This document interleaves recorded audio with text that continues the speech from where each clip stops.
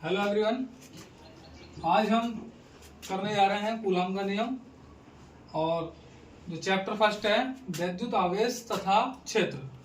अब इस चैप्टर में ये चैप्टर जो है, पहली बात तो ये 12th क्लास फिजिक्स का चैप्टर है जो हम आज समझेंगे। इसका एक नियम है जो कूलॉम का नियम है। ठीक, अब इस कूलॉम के नियम में क्या करना होता है, जैसे ये दो आवेश दिए होते हैं Q1 और Q2।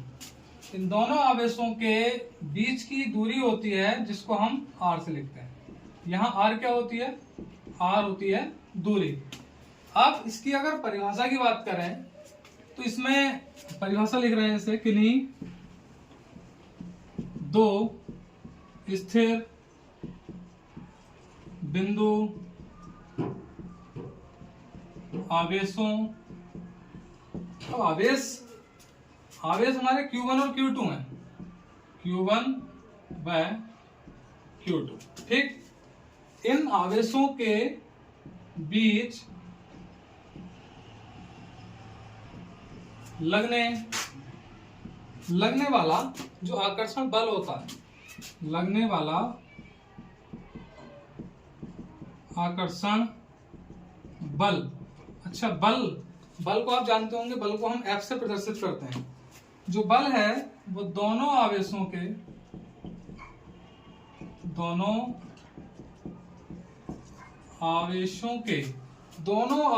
का जो गुणनफल होता है, दोनों आवेशों के गुणनफल के अनुक्रमानुपाती होता है। क्या होता है? अनुक्रमानुपाती होता है। यानी कि जो हमारा F है, जो बल है, वो बल इन दोनों आवेशों के गुणनफल के अनुक्रमानुपाती होता है। जैसे हम अगर देखें, और एक चीज और होती है इसमें, तथा जो बल है वो बीच की दूरी यहां पर दे रखी है R।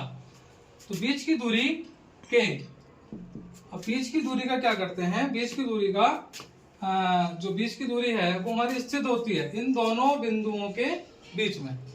अब उसकी जो वर्ग होता है, बीच की दूरी का वर्ग, तो वर्ग के व्युत्क्रमानुपाती क्या होता है? व्युत्क्रमानुपाती।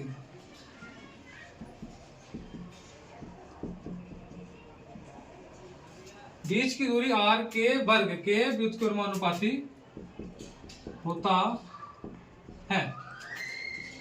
अब नियम के अनुसार अगर बात करी जाए तो मान लेंगे, माना दो आवेश हमारे Q1 Q2। ठीक, अब इनके जो बीच की दूरी होती है वो होती है हमारी R। माना दो आवेश R दूरी पर स्थित हैं। अभी हमने यहां पढ़ा था कि जो बल है F वो अनुक्रमानुपाती होता है, समानुपाती होता है आवेशों के गुणनफल। आवेश है हमारा Q1 टू Q2। दूसरी बात करी थी, जो बल होता है F वो व्युत्क्रमानुपाती का मतलब होता है उल्टा। ठीक, वर्ग जो बीच की दूरी है R के वर्ग यानी R के स्क्वायर, इन दोनों के समानुपाती है। अब अगर हम बात करेंगे इन दोनों को ऐड करने की, तो हम समीकरण इसको 1 मान लेंगे और इसको समीकरण 2 मान लेंगे। ठीक, अब समीकरण 1 और 2 से देखते हैं।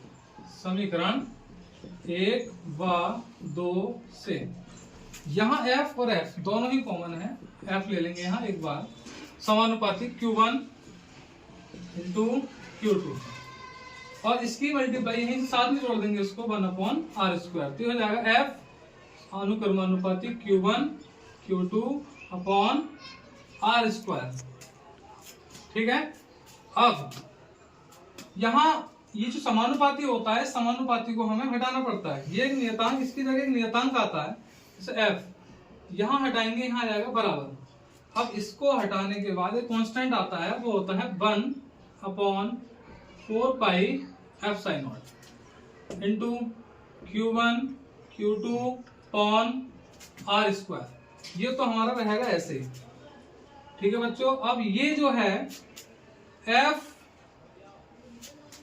Is equal to 1/4πε0 into Q1 into Q2 upon R²। ये हमारा यही कहलाता है कूलाम का नियम।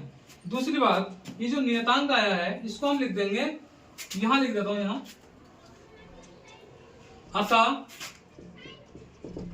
1/4πε0 एक नियतांक है। क्या है? नियतांक है। अच्छा, जिसकी वैल्यू यानी इसका जो मान होता है वो कितना होता है? इसका मान होता है 9 × 10⁻9 होता है। यही हमारा कूलाम का नियम है। ये इसका फॉर्मूला है, F बराबर 1/4πε0 into Q1 Q2 upon R²। Thank you very much.